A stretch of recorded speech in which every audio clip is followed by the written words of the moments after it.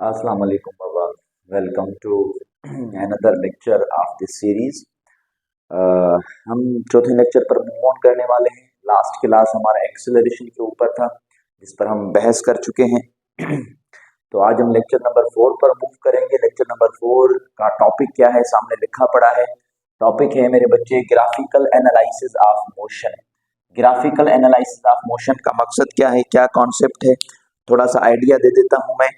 Graphical analysis of motion का मतलब ये है कि हमने पीछे जो टॉपिक पढ़े थे, मतलब जो प्रीवियसली हमने टॉपिक डिस्कस किए हैं रिगार्डिंग मैथमेटिकल कैलकुलेशन, अब उन टॉपिक को हम ग्राफिकली इवैल्यूएट करेंगे।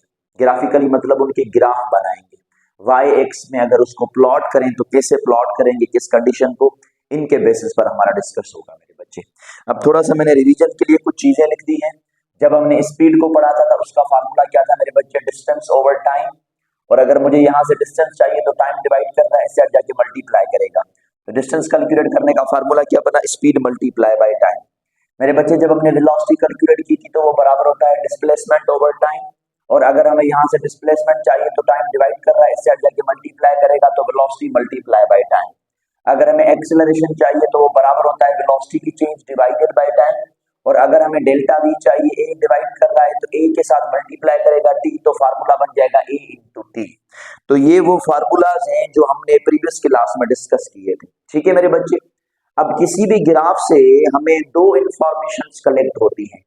एक किसी भी ग्राफ का स्लोप हो सकता है, दूसरा किसी भी ग्राफ का एरिया मिल सकता है। मिसाल के तौर पर ये ग्राफ बना पड़ा है दो लाइंस के बीच में, एक वर्टिकल लाइन है मतलब वाई, एक हॉरिजॉन्टल लाइन है मतलब एक्स एक्सिस।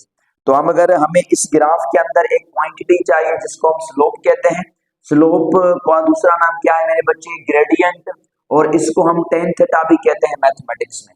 इसको कैलकुलेट करने का फार्मूला क्या होता है, राइज अपॉन में रन। राइज का मतलब है कि ग्राफ कितना ऊपर गया है, और रन का मतलब है ग्राफ कितना सीधा गया है। ठीक है मेरे बच्चे। ऊपर का मतलब है कौन सा एक्सिस, वाई एक्सिस, और नीचे का मतलब कौन सा एक्सिस, एक्स एक्सिस। तो जब भी हमें किसी ग्राफ का स्लोप डिटरमाइन करना है तो स्लोप डिटरमाइन करने का फार्मूला क्या होता है, y डिवाइडेड बाय x। याद रखिएगा इस बात को। और अगर हमें किसी भी ग्राफ का एरिया कैलकुलेट करना हो मेरे बच्चे, तो एरिया होता है मल्टीप्लीकेशन ऑफ साइड्स। कौन सी साइड्स, जो उन एक्सिस के अंदर दी हुई हैं, एक y एक्सिस है दूसरी x एक्सिस है। तो जब भी ग्राफ का एरिया चाहिए तो y मल्टीप्लाई बाय x, जब भी ग्राफ का स्लोप चाहिए तो y डिवाइडेड बाय x। अब सामने मैंने कुछ शॉर्ट क्वेश्चंस लिख दिए हैं, इनके हमने आंसर्स लिखने हैं। थोड़ा सा फोकस ऑन कीजिएगा कि इनके आंसर्स मैं कैसे निकालता हूं। मैंने यहाँ पर कहा slope of dt graph shows. अच्छा dt क्या है मेरे बच्चे, डिस्टेंस टाइम। अब स्लोप है तो स्लोप का फार्मूला क्या है, y ओवर x। अब यहाँ पर d जो है वो y है और t जो है वो x है। इसका मतलब है कि अगर हमें इसका स्लोप निकालना है तो हमें डिस्टेंस ओवर टाइम करना है। और यहाँ पर मैंने बताया कि डिस्टेंस ओवर टाइम किसको इंडिकेट करता है, स्पीड को, यानी कि slope of distance time graph shows speed there. Hope so कि आपको ये आइडिया समझ में आ गया होगा। दूसरा है slope of displacement time graph, मतलब डिस्प्लेसमेंट ओवर टाइम। और डिस्प्लेसमेंट ओवर टाइम का क्या जवाब आता है मेरे बच्चे, वेलोसिटी जवाब आ जाता है। अच्छा एक बात याद रखिएगा कि इनसे जो हमने थ्योरी पढ़ी है, जो न्यूमेरिकल्स किए हैं, उनको आपने स्किप नहीं करना। मतलब वो चीजें आपके जहन में होनी चाहिए। स्लोप ऑफ वीटी ग्राफ, इसमें जो v है मेरे बच्चे वो क्या है, वेलोसिटी है, और t क्या है, टाइम। अगर मुझे इसका स्लोप चाहिए तो मतलब वेलोसिटी डिवाइडेड बाय टाइम, और वेलोसिटी डिवाइडेड बाय टाइम क्या होता है हमारे पास, एक्सेलरेशन। तो slope of vt graph shows acceleration. दूसरा है slope of wt graph. w का माने है मतलब वर्क डन, और t का मतलब है time, work upon time. Work upon time क्या होता है, रेट ऑफ डूइंग वर्क, और रेट ऑफ डूइंग वर्क को हम क्या कहते हैं मेरे बच्चे, पावर कहते हैं। तो पावर दर हकीकत slope of work time graph होता है। दूसरा होता है slope of QT graph. Q का मतलब क्या है, चार्ज, और टी का मतलब है टाइम। क्यू अपॉन टी का मतलब है rate of flow of charges, और rate of flow of charges क्या मिल जाता है हमारे पास, करंट मेरे बच्चे। नेक्स्ट कहता है slope of PT graph. P का मतलब मोमेंटम है और टी का टाइम है। तो मेरे बच्चे जब हम मोमेंटम को टाइम के साथ डिवाइड कर देते हैं तो उसको कहते हैं rate of change of linear momentum, और rate of change of linear momentum क्या कहलवाता है फोर्स। दूसरा अब अच्छा ये स्लोप की कैलकुलेशन थी जिसमें आपने देखा कि हमने y को डिवाइड किया है x के साथ। मजीद जो शॉर्ट क्वेश्चंस हैं उनमें हमने एरिया कैलकुलेट करना है, और एरिया का जनरल फार्मूला क्या बताया मैंने, y मल्टीप्लाई बाय x। याद रखिएगा इस चीज को। तो एरिया अंडर वी टी ग्राम, इसमें वी स्पीड है और टी टाइम है, तो स्पीड को टाइम के साथ मल्टीप्लाई करेंगे, तो जब मल्टीप्लाई करेंगे तो कौन सी क्वांटिटी आएगी, डिस्टेंस। अभी मैंने बताया speed multiply by time distance को शो करता है। दूसरा होता है area we T gram, velocity time. तो मेरे बच्चे जब वेलोसिटी को टाइम के साथ मल्टीप्लाई करेंगे तो कौन सी क्वांटिटी हमें मिलेगी, डिस्प्लेसमेंट। उसके बाद एरिया ऑफ एटी ग्राफ, जिसमें ए एक्सेलरेशन है और टी टाइम है। जब एक्सेलरेशन को टाइम के साथ मल्टीप्लाई किया था तो क्या आंसर आया था, डेल्टा वी। और डेल्टा वी का क्या मतलब है मेरे बच्चे, चेंज इन वेलोसिटी। तो याद रखिएगा कि एरिया सॉरी एक्सेलरेशन और टाइम ग्राफ का जो एरिया है, एक्सेलरेशन टाइम ग्राफ का जो एरिया है वो किसको इंडिकेट करेगा, चेंज इन वेलोसिटी को। उसके बाद कहता है area of force displacement graph, तो मतलब इन दोनों को मल्टीप्लाई करना, if d the dot product or the product of force and displacement, इसको हम क्या कहते हैं मेरे बच्चे, इसको हम कहते हैं वर्क डन। तो फोर्स और डिस्प्लेसमेंट की प्रोडक्ट वर्क डन कहलाती है, तो area under F T graph shows work done. दूसरा कहता है area under F V graph, F का मतलब फोर्स है, वी का मतलब वेलोसिटी है, तो फोर्स को वेलोसिटी के साथ डॉट कर देंगे मेरे बच्चे, मल्टीप्लीकेशन और dot product of force and velocity. हमें जो क्वांटिटी देती है उस क्वांटिटी को हम क्या कहते हैं, उस क्वांटिटी को हम कहते हैं पावर। क्या हर ग्राफ का स्लोप निकल सकता है, नेसेसरी नहीं है। क्या हर ग्राफ का एरिया मिल सकता है, ये भी नेसेसरी नहीं है। कुछ ऐसे पर्टिकुलर ग्राफ्स है जिनके एरिया मिल सकते हैं, जिनको ढूंढने का फार्मूला है y इंटू एक्स, और कुछ ऐसे ग्राफ होते हैं जिनकी स्लोप डिटरमाइन कर सकते हैं, जिनको फाइंड करने का फार्मूला होता है y ओवर एक्स। याद रखिएगा स्लोप का दूसरा नाम ग्रेडियंट भी है, नोट कर लें तो हम मजीद कैलकुलेशन की तरफ जाएं। मेरे बच्चे अभी हम मोर ऑन स्लोप की तरफ आएंगे, हमें स्लोप पर डिस्कस करना है, उसके बाद हम एरिया के ऊपर भी बहस करेंगे। लेकिन चलें पहले मैं स्लोप के आइडिया दे दूं। मैंने अभी आपको बताया पीछे बोर्ड पर कि जो स्लोप है वो मैथमेटिक्स की एक ट्रिग्नोमेट्रिक आइडेंटिटी होती है जिसको हम tan थीटा कहते हैं, ठीक है मेरे बच्चे। तो एंगल की जो भी वैल्यू होगी वो हम tan में निकाल लेंगे तो हमें स्लोप का आंसर मिल जाएगा। मिसाल के तौर पर अगर एंगल की वैल्यू 0 हो तो हम tan 0 निकालेंगे, जवाब 0 आएगा, मतलब स्लोप 0, क्योंकि जो tan का आंसर आएगा वही स्लोप का आंसर आएगा। अगर 30 डिग्री एंगल है तो जवाब आएगा 0.57 या 1 ओवर रेडिकल 3। अगर 10 में 45 आएगा तो क्या जवाब आएगा 1। अगर 10 में 60 आएगा तो रेडिकल 3 या 1.7, और अगर 10 में 90 आएगा तो क्या जवाब आएगा, इन्फिनिटी। अब इनके पॉसिबल ग्राफ्स कैसे बन सकते हैं, इन चीजों के ऊपर आऊंगा। तो याद रखिएगा ये डिफरेंट एंगल्स मैंने प्लेस किए हैं, उन एंगल्स पर हमने tan का जो जवाब निकाला है वही स्लोप का ही आंसर है मेरे बच्चे। मिसाल के तौर पर हमें कहा गया कि ये एक ग्राफ है जिसमें ये y एक्सिस है, ये x एक्सिस है, और यहां से मैंने एक लाइन ड्रॉ कर दी मेरे बच्चे। अब यहाँ पर मोस्ट इंपॉर्टेंट है, हम ये देखेंगे कि ये लाइन x एक्सिस से कितनी एंगल बना रही है। अगर देखें तो ये लाइन और ये लाइन दोनों एक दूसरे के साथ पैरेलल है। जब पैरेलल है तो कितनी एंगल बनती है मेरे बच्चे, 0 डिग्री। और अभी मैंने बताया कि tan 0 किसके बराबर है, 0 के। इसका मतलब क्या हुआ, इसका मतलब ये हुआ कि यहाँ पर जो जी, तो हम बात कर रहे थे इस एंगल के ऊपर, ये एंगल 0 है मेरे बच्चे, तो यहाँ पर tan 0 डिग्री निकालेंगे और tan 0 का आंसर क्या आएगा, 0। इसका मतलब है कि अगर हम इस लाइन का स्लोप निकालना चाहें, जी मेरे बच्चे, तो मैं बात कर रहा था इस एंगल की कि एंगल 0 डिग्री है। फॉर दैट रीजन हम यहाँ से आंसर निकालेंगे कि अगर एंगल 0 डिग्री है तो क्या आंसर आ रहा है यहाँ पर 0, तो मैं कहूंगा कि स्लोप का आंसर भी क्या है, 0। तो अगर कोई भी लाइन एक्स एक्सिस से पैरेलल हो जाए तो इसका मतलब है कि उसका स्लोप क्या आएगा, 0, ज़हन में रखते जाइएगा। उसके बाद हम एक दूसरी लाइन पर बनाते हैं मेरे बच्चे। वो दूसरी लाइन क्या कहती है, वो दूसरी लाइन कहती है कि ये y एक्सिस है, ये x एक्सिस है। लाइन हमने ऐसे ड्रॉ कर दी मेरे बच्चे, देखेंगे कि x एक्सिस से इसमें कितनी एंगल बनाई है, 90 डिग्री, क्योंकि ये x एक्सिस से परपेंडिकुलर है ना। तो अगर 90 एंगल बनाई तो हम एंगल 90 प्लेस करें यहाँ पर, देख लें आप, 10 में अगर 90 प्लेस करेंगे तो क्या जवाब आएगा, इन्फिनिटी। इसका मतलब है कि इस ग्राफ का जो स्लोप बनेगा वो स्लोप क्या बनेगा मेरे बच्चे, इन्फिनिटी बनेगा। अच्छा, ये ग्राफ थ्योरेटिकली पॉसिबल नहीं है, ये ग्राफ थ्योरेटिकल पॉसिबल है। अब ये क्यों नहीं पॉसिबल आगे चल के बताता हूं, लेकिन याद रखिएगा एक ऐसी लाइन जो x एक्सिस से पैरेलल हो तो उसका स्लोप 0 होता है, एक ऐसी लाइन जो x एक्सिस से परपेंडिकुलर हो तो उसका स्लोप इन्फिनिटी बनता है। उसके बाद मेरे बच्चे अगर हमारे पास कहीं पर भी लाइन कुछ ऐसे मिल जाए, y और x एक्सिस के कंपैरिजन में ये ऐसी लाइन मिल जाए, मतलब line is inclined with respect to x axis at constant angle, यहां से कोई ना कोई एंगल बन रही है लेकिन लाइन स्ट्रेट है, तो मैं क्या कहूंगा कि यहाँ पर जितनी भी एंगल बन रही है वो कांस्टेंट है। मिसाल के तौर पर अगर यहाँ पर 30 एंगल बन रही है तो यहाँ से मैं लाइन बनाऊंगा तो यहाँ पर भी 30 बनाएगा, यहाँ पर भी 30 बनाएगा। So at each and every point angle same मिलेगी, तो बदले में हम कहेंगे कि यहाँ पर जो एंगल है वो कांस्टेंट है। फॉर दैट रीजन इस ग्राफ का जो स्लोप होगा वो क्या होगा, कांस्टेंट, चेंज नहीं होगा क्योंकि एंगल चेंज नहीं हो रही। लेकिन ये जो एंगल बनाएंगे वो लेस देन 90 डिग्री है, ठीक है, क्योंकि इसकी तरफ गिर रहा है। तो जब भी एंगल लेस देन 90 हो मेरे बच्चे, तो स्लोप कांस्टेंट तो बना, लेकिन कांस्टेंट के साथ क्या बनेगा, पॉजिटिव। सर ऐसा क्यों, क्योंकि 90 से जैसे हम पीछे जा रहे हैं ना, लेस देन 90, तो 10 के सारे आंसर्स पॉजिटिव आ रहे हैं। तो अगर कहीं पर भी आपको ऐसी लाइन नजर आए, इसका मतलब है कांस्टेंट, स्लोप एंड पॉजिटिव। उसके बाद मेरे बच्चे अगर हमें कहा जाए ये y और x एक्सिस की लाइन पर अगर हमारे पास ग्राफ कुछ ऐसे बने, ऐसे, यानी कि अगेन स्ट्रेट लाइन, तो अगर ये स्ट्रेट लाइन बनी तो दोबारा इसका जो स्लोप होगा वो क्या होगा, कांस्टेंट होगा। क्यों, क्योंकि एंगल चेंज नहीं हो रही, कांस्टेंट स्लोप। लेकिन अगर हम एंगल डिसाइड करें तो मैं यहां से एक हॉरिजॉन्टल लाइन ड्रॉ करके ये एंगल काउंट करूंगा, और ये जो एंगल होगी मेरे बच्चे ये क्या होगी, ग्रेटर देन 90। तो कांस्टेंट स्लोप तो बना, लेकिन एंगल ग्रेटर देन 90 है। फॉर दैट रीजन स्लोप क्या मिलेगा हमें, नेगेटिव मिलेगा। तो अगर कहीं पर भी ऐसा ग्राफ नजर आ जाए तो कांस्टेंट स्लोप एंड नेगेटिव, और अगर कहीं पर भी ऐसा ग्राफ नजर आ जाए तो कांस्टेंट स्लोप एंड पॉजिटिव। मेरे बच्चे अगर लाइन स्ट्रेट ना हो, लाइन कर्व हो, तो कैसे करेंगे, मिसाल के तौर पर लाइन कर्व बता देता हूं मैं आपको। ये y एक्सिस है, ये x एक्सिस है, एक लाइन हमने ऐसे कर्व बना दी, मतलब वो लाइन किसकी तरफ टिल्ट हो रही है, टुवर्ड्स x एक्सिस। लाइन किसकी तरफ टिल्ट हो रही है, टुवर्ड्स x एक्सिस। एक तो ये कांस्टेंट स्लोप नहीं है क्योंकि लाइन मतलब कर्व है, तो बदले में कहूंगा कि भाई ये वेरिएबल स्लोप है।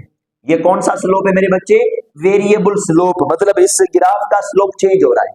अब चेंज का मतलब है आइदर इंक्रीज और डिक्रीज, और दूसरा होगा पॉजिटिव या नेगेटिव। तो याद रखिएगा कि अगर लाइन x एक्सिस से पैरेलल हो, अगर लाइन x एक्सिस से पैरेलल हो, रिमेंबर दिस वन, अगर लाइन x एक्सिस से पैरेलल हो तो स्लोप क्या होगा, डिक्रीज। स्लोप क्या होगा, डिक्रीज, और डिक्रीज के साथ क्या होगा मेरे बच्चे, पॉजिटिव। क्योंकि अगर हम कहीं पर भी एंगल मेजर करेंगे ना, एंगल, तो वो जो एंगल होगी वो एंगल क्या होगी मेरे बच्चे, लेस देन 90 होगी, तो तभी वो पॉजिटिव एंड डिक्रीज बनेगा।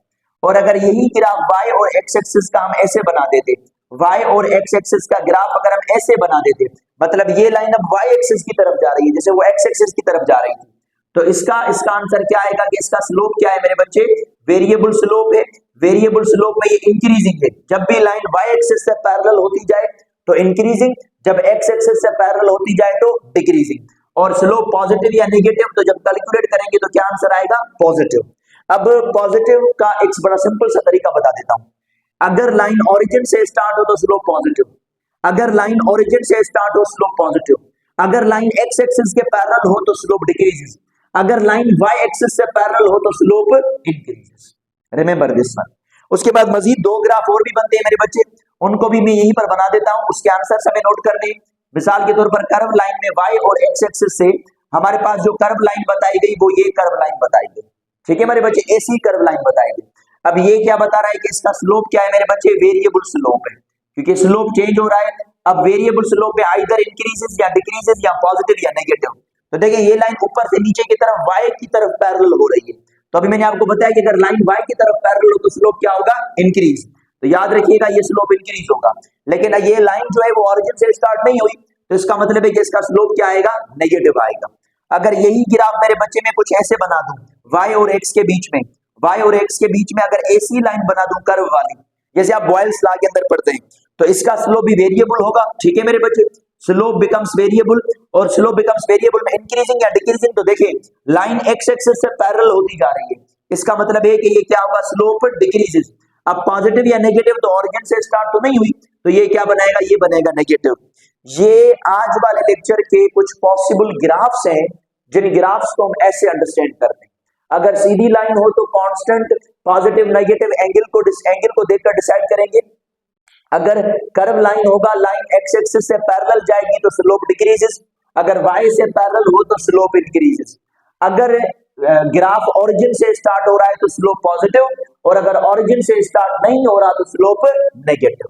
यहां से हम आइडेंटिफाई करते हैं, इनको जल्दी से नोट कर लें, कॉपी पर इनको बनाते जाएं।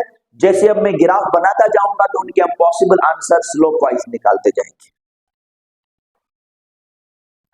जी मेरे बच्चे, तो चलें हम अब ग्राफ की तरफ आएंगे। पीछे मैंने जो समझाया, होप सो कि आपको आइडिया हो उन सब का, जो मैंने एक्सप्लेन कर दिया सेम उसी तरीके के साथ करना है, कॉपी पर नोट होते जाए, मैं ग्राफ बनाता जाऊंगा। पहले वीडियो को पॉज करके सारी चीजें आपने खुद करनी है, अदरवाइज फिर नोट करना है कि मैं कैसे करवा रहा हूं इनको। चले मेरे बच्चे, तो हमने सबसे पहले अच्छा डिस्टेंस टाइम ग्राफ है, तो डिस्टेंस टाइम ग्राफ का हम स्लोप निकालेंगे। ठीक है मेरे बच्चे, स्लोप क्या होगा, D over T, distance upon time, और डिस्टेंस अपॉन टाइम क्या होता है, स्पीड, तो मैंने स्पीड लिख ली। ठीक है मेरे बच्चे, सबसे पहले हम ग्राफ की तरफ आते हैं, तो ग्राफ सबसे पहले जो हम डिस्टेंस टाइम में बनाएंगे वो डिस्टेंस टाइम में ग्राफ मेरे बच्चे ऐसी लाइन है। इस लाइन का क्या मतलब है कि पैरेलल टू टाइम एक्सिस। ठीक है, अब स्टेट ऑफ ऑब्जेक्ट क्या बता रहा है, ये बता रहा है कि डिस्टेंस ना बढ़ रहा है ना कम हो रहा है, मतलब सेम डिस्टेंस है। इसका मतलब है कि ऑब्जेक्ट किसमें मेरे बच्चे, रेस्ट में। देखें, एक मेरा दोस्त है या एक मेरा एक बंदा है, वो मुझसे कुछ डिस्टेंस पर खड़ा है, तो ना वो मुझसे दूर जा रहा है ना मेरे करीब आ रहा है, तभी तो डिस्टेंस में वेरिएशन नहीं आ रही। तो बात यहां पर भी यही है, डिस्टेंस में वेरिएशन नहीं आ रही, टाइम बढ़ता जा रहा है, इसका मतलब है कि ऑब्जेक्ट रेस्ट में। मेरे बच्चे, अगर लाइन टाइम एक्सिस से पैरेलल हो, मतलब एक्स एक्सिस से पैरेलल हो, तो अभी मैंने आपको बताया कि इसका स्लोप क्या आएगा, उसका स्लोप आएगा 0। इसका मतलब है कि स्पीड भी 0 है, क्योंकि जो स्लोप का आंसर है वही स्पीड का आंसर है। डिस्टेंस टाइम ग्राफ का स्लोप स्पीड को ही शो करता है। चलें, उसके बाद मेरे बच्चे हम एक मजीद और ग्राफ के ऊपर आते हैं। ये डिस्टेंस टाइम ग्राफ है, और डिस्टेंस टाइम ग्राफ हमने जो है वो ऐसे बना दिया। ठीक है मेरे बच्चे, ये लाइन स्ट्रेट है और ये बता रही है कि डिस्टेंस इक्वल इंटरवल में इक्वली चेंज हो रहा है, तो इसका मतलब है कि इसकी स्पीड क्या होगी, यूनिफॉर्म स्पीड। और यूनिफॉर्म स्पीड का मतलब है कि वो कौन सा ग्राफ है मेरे बच्चे, यूनिफॉर्म मोशन। स्ट्रेट लाइन है, दैट इज द रीजन, इसका रीजन ये है। तो डिस्टेंस टाइम ग्राफ में यूनिफॉर्म मोशन है। अच्छा, स्लोप मैंने आपको बताया कि ये क्या होगा, कांस्टेंट, आपको पता है, और कांस्टेंट के साथ क्या होगा, पॉजिटिव, क्योंकि एंगल क्या है मेरे बच्चे, लेस देन 90। अब यही आंसर स्पीड का है कि स्पीड क्या रहेगी, कांस्टेंट, और कांस्टेंट के साथ क्या रहेगी मेरे बच्चे, पॉजिटिव। उसके बाद डिस्टेंस टाइम ग्राफ में हम मजीद ये बनाते हैं कि भाई ये डिस्टेंस टाइम ग्राफ है, लाइन ऊपर से नीचे की तरफ आ रही है। मेरे बच्चे, ये ग्राफ पॉसिबल नहीं है। क्यों पॉसिबल नहीं है, क्योंकि ये ग्राफ बता रहा है कि डिस्टेंस ऊपर से नीचे की तरफ मतलब डिक्रीज हो रहा है, और डिस्टेंस कभी भी डिक्रीज नहीं हो सकता। तो आइडिया ये हुआ कि सर अगर डिस्टेंस टाइम ग्राफ में हमसे पूछे कि which of the following graph is not possible, तो ये ग्राफ पॉसिबल नहीं है, याद रखिएगा। ठीक है, चले मजीद ग्राफ की तरफ हम आते हैं, और हमें दूसरे ग्राफ बताएंगे कुछ ऐसे मेरे बच्चे। अब तो क्लियर होगा कि डिस्टेंस में डिस्टेंस डिक्रीज नहीं होगा। तो अब लाइन हमने ऊपर से कुछ ऐसे बना दी। ठीक है मेरे बच्चे, अब ये कर्व लाइन है, कर्व लाइन का मतलब है कौन सा मोशन बनेगा, ये नॉन यूनिफॉर्म मोशन बनेगा। ठीक है, अब नॉन यूनिफॉर्म मोशन में जो स्लोप है वो वेरिएबल है, क्योंकि कर्व लाइन है मेरे बच्चे, स्लोप वेरिएबल हो गया। अब उसके बाद वेरिएबल में इंक्रीजिंग या डिक्रीजिंग, इस चीज को देखना है। तो देखिए, जो लाइन है ना मेरे बच्चे, वो टाइम एक्सिस से पैरेलल है। तो मैंने बताया कि जब लाइन एक्स एक्सिस से पैरेलल हो, तो इसका मतलब है कि उसका स्लोप क्या हो रहा है, डिक्रीज। और रही बात पॉजिटिव या नेगेटिव, तो देखा जाए कि लाइन ओरिजिन से स्टार्ट हुई है, ओरिजिन का मतलब क्या है, पॉजिटिव। यही सेम आंसर स्पीड के हैं कि स्पीड डिक्रीजिंग भी है, और दूसरा क्या है मेरे बच्चे, पॉजिटिव। उसके बाद डिस्टेंस टाइम ग्राफ में मजीद हम एक और ग्राफ की तरफ आते हैं। डिस्टेंस टाइम ग्राफ में हमें ये ग्राफ बताया गया, ये भी पॉसिबल है। अच्छा, ये भी कर्व लाइन है, इसका मतलब है ये कौन सा मोशन है मेरे बच्चे, non uniform motion. Non uniform motion में जो स्लोप है वो वेरिएबल है, क्योंकि लाइन कर्व है। अब इंक्रीजिंग या डिक्रीजिंग, तो ये देखिए कि लाइन y के पैरेलल जा रही है। तो जब लाइन y के पैरेलल हो, तो मैंने क्या बताया था कि स्लोप क्या होगा, इंक्रीजिंग, पॉजिटिव या नेगेटिव, पॉजिटिव, क्योंकि लाइन ओरिजिन से स्टार्ट हुई है। और यही सेम आंसर इसके भी आएंगे, मतलब ये इंक्रीजिंग भी हुआ और पॉजिटिव भी हुआ। अभी हमने डिस्कस किया कि डिस्टेंस टाइम ग्राफ में कोई भी ऐसा ग्राफ नहीं बन सकता जो ऊपर से नीचे की तरफ आए, तो ये ग्राफ पॉसिबल नहीं मेरे बच्चे। डिस्टेंस टाइम ग्राफ में ये ग्राफ भी पॉसिबल नहीं है। ये ग्राफ क्यों नहीं पॉसिबल, क्योंकि ये बता रहा है कि टाइम में कोई वेरिएशन नहीं आ रही। चले डिस्टेंस बढ़ रहा है हम मान रहे हैं, लेकिन टाइम में कोई वेरिएशन नहीं आ रही, तो इसका कोई फिजिकल कॉन्सिक्वेंसेस या कॉन्सेप्ट नहीं होता। डिस्टेंस टाइम ग्राफ में हम एक और ग्राफ देते हैं, वो ग्राफ भी पॉसिबल नहीं है। ये ग्राफ भी डिस्टेंस टाइम में पॉसिबल नहीं है। क्यों, क्योंकि ये बता रहा है कि एक ऑब्जेक्ट है जिसका एक ही टाइम पर ये डिस्टेंस भी है और उसी टाइम पर ये डिस्टेंस भी है, तो एक ही टाइम पर बॉडी की दो पोजीशंस नहीं हो सकती। तो for that reason distance time graph ये भी पॉसिबल नहीं है। तो आई एम होपिंग कि आपको ये डिस्टेंस टाइम ग्राफ के 1 2 3 4 ये 4 ग्राफ समझ में आ गए होंगे। ग्राफ ऊपर से नीचे की तरफ नहीं आ सकता। क्यों नहीं आ सकता, क्योंकि distance of moving body never decreases, वो कभी डिक्रीज नहीं हो सकता। इसका रीजन ये नोट करें। तो हम मजीद ग्राफ की तरफ जाएं। चलें भाई, हम अभी दूसरे ग्राफ की तरफ जाएंगे। ग्राफ हमारे पास डिस्प्लेसमेंट टाइम ग्राफ है मेरे बच्चे। डिस्प्लेसमेंट टाइम ग्राफ की स्लोप कैसे निकालेंगे? देखिए, डिस्प्लेसमेंट टाइम ग्राफ का सबसे पहले हम स्लोप निकालें, तो मैं आंसर लिख लेता हूं यहाँ पर। स्लोप का मतलब है y ओवर x, मतलब डिस्प्लेसमेंट ओवर टाइम, और डिस्प्लेसमेंट ओवर टाइम क्या होता है मेरे बच्चे? वेलोसिटी। तो डिस्प्लेसमेंट टाइम ग्राफ का जो स्लोप है वो किसको इंडिकेट करेगा? पहली बात तो ये वेलोसिटी को। तो चलिए अब हम ग्राफ बनाते जाने इसके, बिल्कुल सिंपल से ग्राफ बनाते रहे मेरे बच्चे। ये डिस्प्लेसमेंट है, ये टाइम है, और लाइन ऐसे है, मतलब पैरेलल। ये बता रहा है कि डिस्प्लेसमेंट इंक्रीज भी नहीं हो रहा, डिक्रीज भी नहीं हो रहा। इसका मतलब है कि ऑब्जेक्ट की स्टेट क्या है? रेस्ट। रेस्ट का मतलब है कि इसका स्लोप क्या है मेरे बच्चे? जीरो, और वेलोसिटी भी जीरो। जाहिर सी बात है, ऑब्जेक्ट है ही रेस्ट में, तो उसकी वेलोसिटी नहीं होगी। लॉजिकली भी यही आंसर सही आ रहा है ना। उसके बाद हम डिस्प्लेसमेंट टाइम ग्राफ पर एक हॉरिजॉन्टल लाइन बना देते हैं मेरे बच्चे, और इंक्लाइन लाइन एक बना देते हैं, ये वाली लाइन। अब ये किसको इंडिकेट कर रही है मेरे बच्चे? ये इंक्रीज, ये बता रही है यूनिफॉर्म मोशन। यूनिफॉर्म मोशन क्यों? क्योंकि ये स्ट्रेट लाइन है, और ये बता रही है कि डिस्प्लेसमेंट इक्वल रेट के साथ इक्वल टाइम में कवर हो रहा है। इसका स्लोप क्या होगा मेरे बच्चे? कांस्टेंट, और एंगल लेस देन 90 है, आप देख लें। अगर लेस देन 90 है तो मतलब पॉजिटिव। यही जवाब वेलोसिटी के आएंगे कि वेलोसिटी इसकी क्या होगी मेरे बच्चे? कांस्टेंट और पॉजिटिव। चलिए क्वेश्चन है, इसी सेम ग्राफ में अगर मैं आपसे एक्सेलरेशन पूछूं तो एक्सेलरेशन क्या होगी? इसी सेम ग्राफ के अंदर एक्सेलरेशन क्या होगी? तो बड़ा सिंपल सा है, वेलोसिटी क्या है यहाँ पर? कांस्टेंट। इसका मतलब है कि इस ग्राफ की जो एक्सेलरेशन होगी वो क्या होगी? जीरो। जीरो एक्सेलरेशन का ग्राफ ये बनेगा, ठीक है। उसके बाद हम आते हैं मेरे बच्चे दूसरे ग्राफ पर, डिस्प्लेसमेंट टाइम ग्राफ में। ये डिस्प्लेसमेंट टाइम है, ये लाइन ऊपर से नीचे की तरफ आती है। अब डिस्प्लेसमेंट वेक्टर है, वो डिक्रीज हो सकता है, तो डिस्प्लेसमेंट टाइम में ये ग्राफ बन सकता है। अच्छा, ये भी कौन सा मोशन है मेरे बच्चे? Uniform motion. अब इन दोनों में थोड़ा सा फर्क है, वो क्या कि ऊपर वाला जो यूनिफॉर्म मोशन है वो बता रहा है इंक्रीजिंग डिस्प्लेसमेंट, क्योंकि लाइन ओरिजिन से ऊपर की तरफ जा रही है। ये बता रहा है डिक्रीजिंग डिस्प्लेसमेंट, क्योंकि लाइन ऊपर से नीचे की तरफ आ रही है। चलें इसके स्लोप पर आए तो इसका स्लोप क्या बनेगा मेरे बच्चे? कांस्टेंट। और अगर एंगल डिसाइड कर लें तो एंगल क्या है मेरे बच्चे? Greater than 90। तो ग्रेटर देन 90 का क्या मतलब है? नेगेटिव, और यही जवाब वेलोसिटी के आएंगे। वेलोसिटी क्या होगी मेरे बच्चे? कांस्टेंट, और कांस्टेंट का मतलब नेगेटिव है। और अगर यहीं पर भी मैं एक्सेलरेशन पूछूं तो एक्सेलरेशन क्या बताएंगे? Zero there. उसके बाद मेरे बच्चे हम नॉन यूनिफॉर्म मोशन की तरफ आएंगे। ये डिस्प्लेसमेंट टाइम ग्राफ है, इसमें नॉन यूनिफॉर्म मोशन ऐसे है, डिस्प्लेसमेंट की तरफ लाइन पैरेलल होती जा रही है। तो ऑब्जेक्ट की स्टेट तो एक हो गई कि भाई ये नॉन यूनिफॉर्म मोशन है, ठीक है मेरे बच्चे। ये कौन सा मोशन है? Non uniform motion. अच्छा, उसके बाद जो स्लोप है वो वेरिएबल है, मतलब वो चेंज होगा। वेरिएबल में इंक्रीजिंग या डिक्रीजिंग, तो देखिए लाइन y के पैरेलल है, तो जब लाइन y के पैरेलल हो जाएगी तो स्लोप क्या हो जाएगा? इंक्रीज।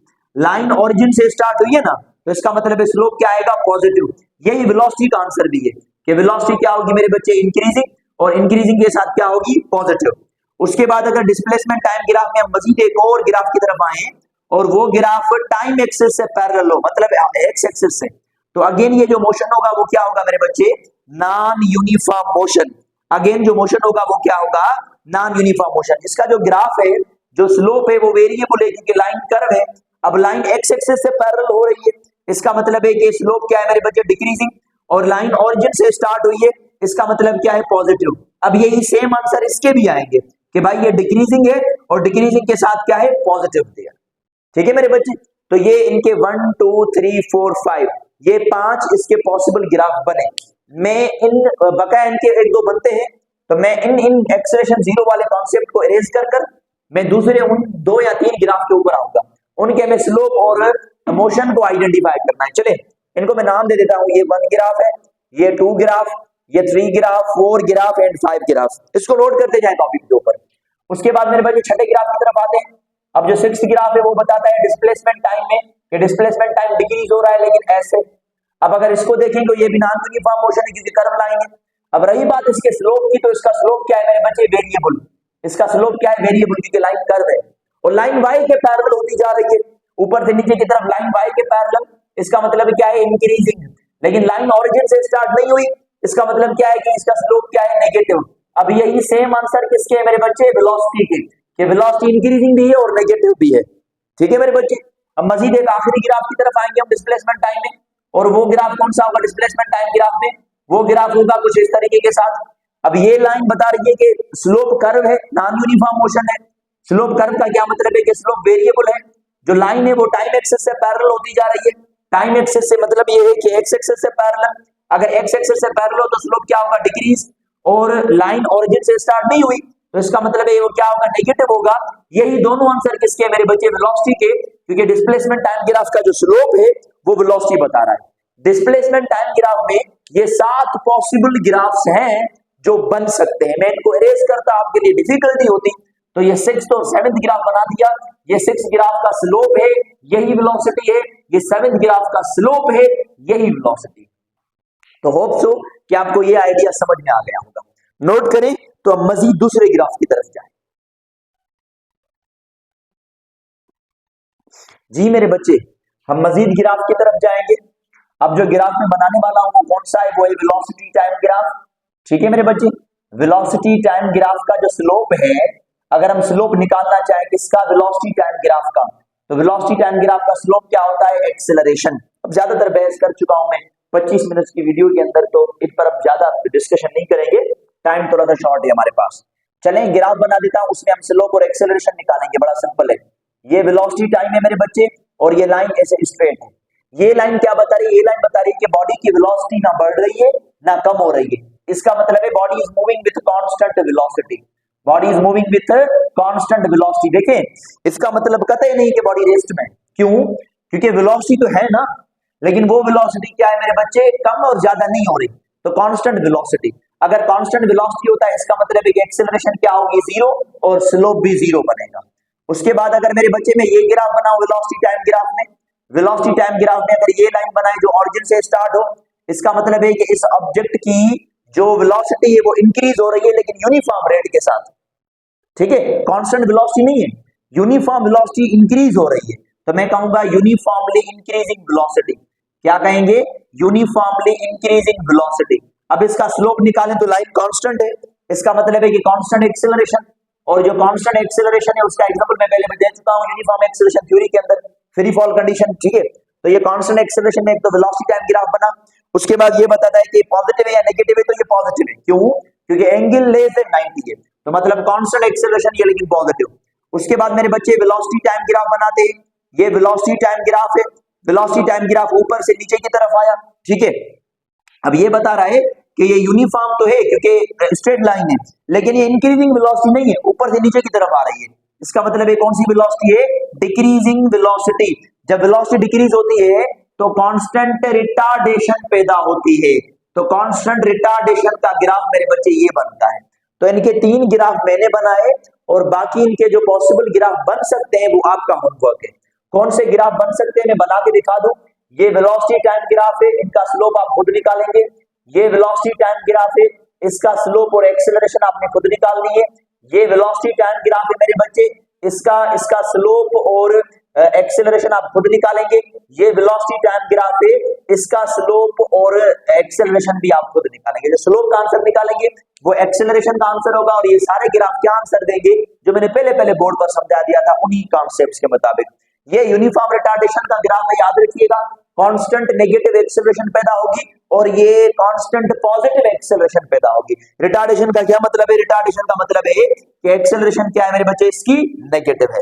तो मैं उम्मीद करता हूं कि ज्यादातर आपको स्लोप के कॉन्सेप्ट आ गए होंगे, लेकिन अगर कॉन्सेप्ट नहीं आए तो मैं यहां पर एक क्वेश्चन सॉल्व करूंगा और उस क्वेश्चन से सारा आइडिया आपको देता जाऊं। मेरे बच्चे मैंने क्वेश्चन लिखा है आपके सामने। वो क्वेश्चन कुछ यूं है कि एक बंदा है जिसने क्या किया, इसने एक बॉल को ऊपर की तरफ थ्रो किया। ठीक है, बॉल जब ऊपर जाएगा तो क्या होगा? सुनते जाइएगा, बॉल की स्पीड डिक्रीज होगी। क्यों? क्योंकि बॉल ग्रेविटी के अगेंस्ट जा रहा है। जब मैक्सिमम हाइट पर पहुंचेगा तो स्पीड क्या हो जाएगी? जीरो। मैक्सिमम हाइट से जैसे नीचे आएगा तो उसकी स्पीड क्या होगी मेरे बच्चे? इंक्रीज। तो ये 3 केसेस है हमारे पास। हमें सबसे पहले इसका क्या बनाना है? Distance time graph. अब सुनते जाइएगा, डिस्टेंस टाइम ग्राफ। स्टार्टिंग में बॉल को ऊपर फेंका, स्पीड डिक्रीज हुई। डिस्टेंस टाइम ग्राफ का स्लोप स्पीड होता है, मतलब ऐसा ग्राफ बना है डिस्टेंस टाइम का जिसमें डिस्टेंस इंक्रीज हो लेकिन स्लोप डिक्रीज हो। स्लोप क्योंकि स्पीड स्लोप होता है, तो मैंने बताया था कि वो लाइन एक्स एक्सिस से पैरेलल होती है, मतलब टाइम एक्सिस से। ऐसे अब यहां पर स्पीड क्या हो गई? जीरो।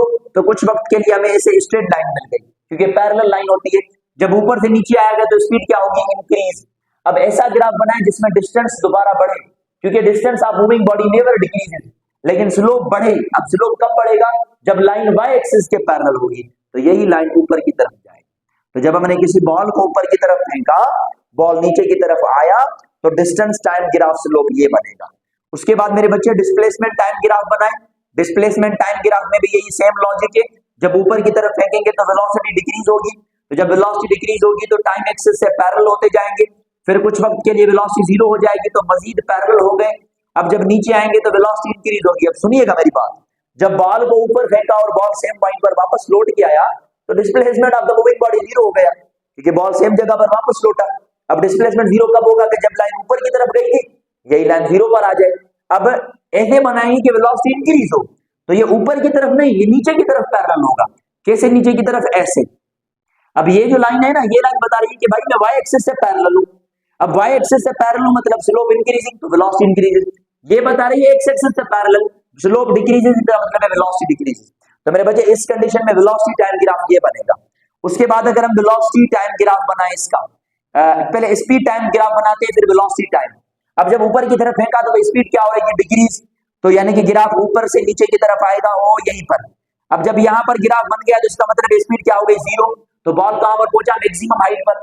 अब दोबारा स्पीड क्या हो गई? इंक्रीज, तो यही ग्राफ ऊपर की तरफ बनेगा ऐसे, ठीक है। उसके बाद वेलोसिटी टाइम ग्राफ बनाएंगे। अच्छा, ये स्ट्रेट लाइन क्यों है? क्योंकि इसके अंदर कांस्टेंट एक्सीलरेशन पैदा होती है, और वो कांस्टेंट एक्सीलरेशन किसके बराबर होती है? माइनस जी के, जिसको हम ग्रेविटेशनल एक्सीलरेशन कहते हैं। अब मेरे बच्चे ये वेलोसिटी है, ये टाइम है। सर ये नीचे की तरफ लाइन क्यों नहीं आई? क्योंकि भाई स्केलर क्वांटिटी है, स्पीड नेगेटिव नहीं हो सकती। अब ऊपर की तरफ फेंका तो वेलोसिटी डिक्रीज हुई थी, इसका मतलब है डिक्रीज होते जीरो हो गई। अब नीचे की तरफ इंक्रीज हुई थी लेकिन डायरेक्शन रिवर्स हो गया था, तो वेलोसिटी नीचे की तरफ आ गई। इसी तरीके के साथ अगर हम इसका एक्सेलरेशन टाइम ग्राफ बनाए मेरे बच्चे, तो एक्सेलरेशन टाइम ग्राफ क्या बनेगा?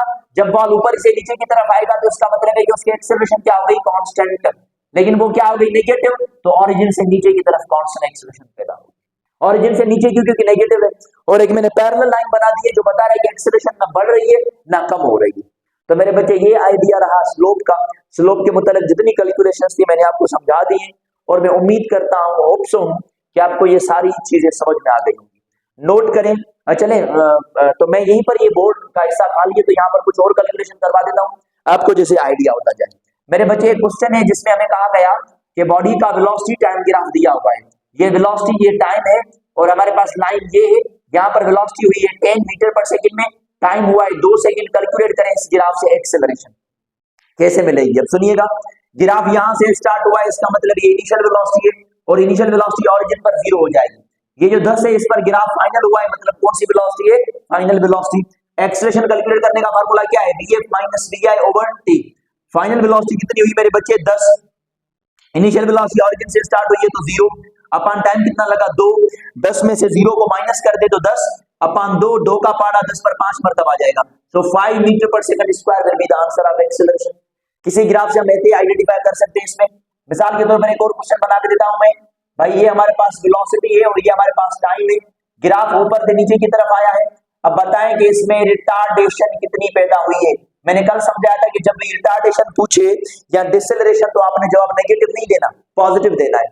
अब ग्राफ यहां से स्टार्ट हुआ है तो यहाँ पर वेलोसिटी की वैल्यू 10 है, टाइम 2 है। इसका मतलब है कि ये इसकी इनिशियल वेलोसिटी है, और यहाँ पर खत्म हुआ तो यहाँ पर ओरिजिन पर इसकी फाइनल वेलोसिटी। तो A बराबर होगा vf minus vi over t। Final velocity origin पर मिली तो 0 minus initial velocity 10 divide by 2 minus 10 over 2। 2 का पारा 10 पर 5 मरतबा जाएगा, तो मैं कहूंगा it produces a deceleration of 5 metre per second square.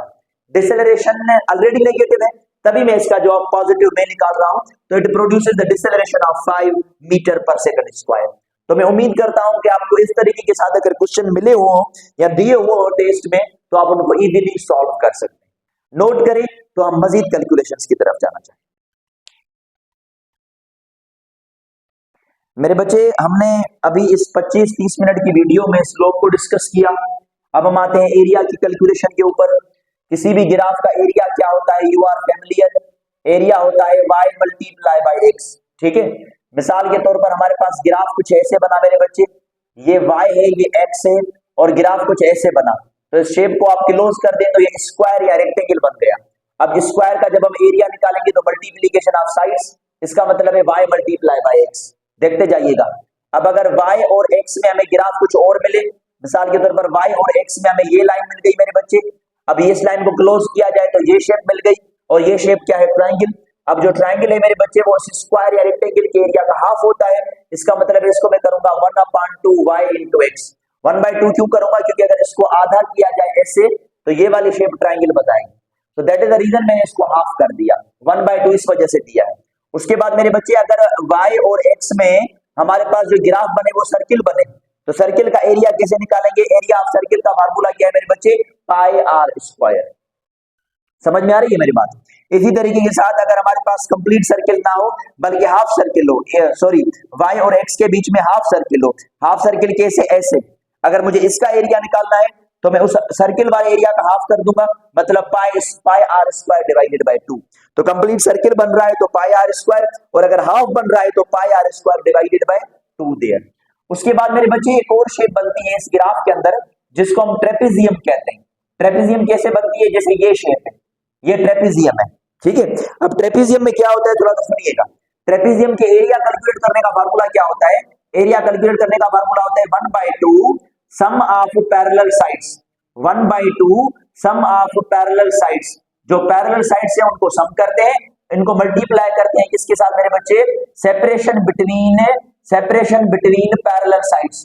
उन पैरेलल साइड्स के दरमियान में जो सेपरेशन है उस सेपरेशन के साथ उसको मल्टीप्लाई कर देंगे। मिसाल के तौर पर यहां पर इस ग्राफ में एक ये लाइन है, एक ये लाइन है, ये लाइन यहां से स्टार्ट हो रही है, यहां पर खत्म हो रही है, तो मैं इसको ए कह रहा हूं।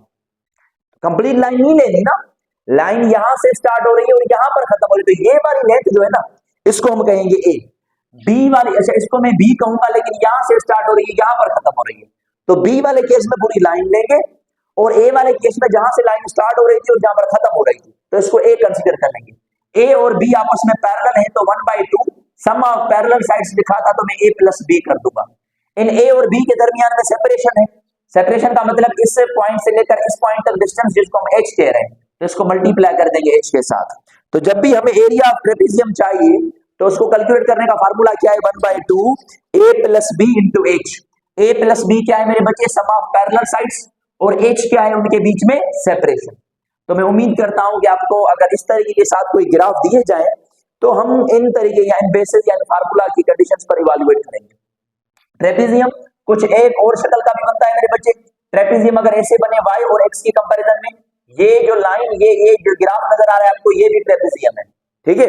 अब कैसे ट्रेपेजियम में बता रहा हूं, यहां से लेकर यहां तक जो लेंथ नजर आ रही है इसको मैं a कहूंगा, और यहां से लेकर यहां तक जो लेंथ नजर आ रही है इसको मैं b करूंगा। अब ये पैरेलल साइड्स है, इन दोनों के बीच में कोई ना कोई सेपरेशन होगी, तो a और b के बीच में सेपरेशन h है, तो इसका एरिया कैलकुलेट करने का भी यही फार्मूला है। कौन सा, 1/2 a plus b into h।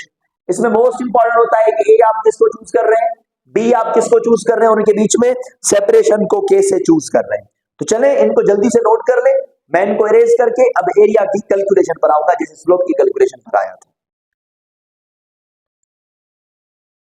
जी मेरे बच्चे, सामने हेडिंग लिखी पड़ी है एरिया ऑफ बीटी ग्राफ, जिसमें v क्या है स्पीड और t क्या है टाइम।